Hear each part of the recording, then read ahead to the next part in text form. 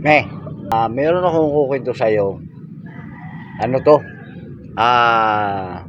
Singing contest. International. International? International singing contest. Pahabaan ng kanta. Pahabaan ng kanta? Oo.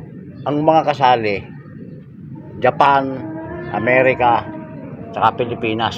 Oh, may kasama na namang Pilipinas Siyempre, mga Pilipino, hindi mo mapapatalo yan Sa bagay, magagaling ang mga Pilipino dyan Nag-umpisa na yung labanan, Oh. Pinakilala na ng MC yung yung unang contestant. Sabi ng MC, "Ladies and gentlemen, our first contestant, Amerika." Palakpakan ng tao, sigawan. Kumanta yung Amerika. Ang kinanta, Hotel California. Oh, maganda yun. 7 minutes. Mahaba. Mahaba nga. Sabi ng mga manonood, panalo na yan.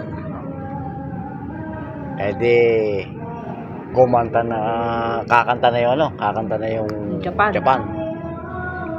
Our second contestant from Japan. Kumanta yung Japan. Mas mahaba.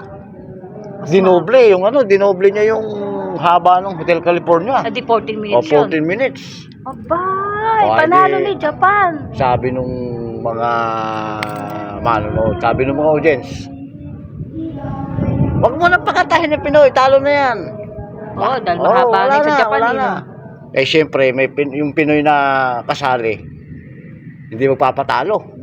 Bakit? Pinoy tayo Hindi nila alam, yung kasaling Pilipino, taga Bulacan. Taga Bulacan. Taga Bulacan. Medyo may mga makakatayan. Taga Bulacan. Taga Angat pa. Taga Angat. Taga Angat yun. Hindi mapatalo ang taga Angat. Laging may karga yan. Taga Angat Anong kinanta? Kumanta na yung pinakilala na. Pinakilala. Our third contestant from Angat, Bulacan, Philippines. Wala yan. Kumanta yung Tiga Angat. Ang kinanta, Pasyon. Hindi lang doble yun. February nag-umpisa yung kanta, hanggang ngayon kumakanta pa. Narinig ko kanina. Oo nga, Ayun. Magaling. Panalo na ang Pinoy. Panalo, Tiga Angat.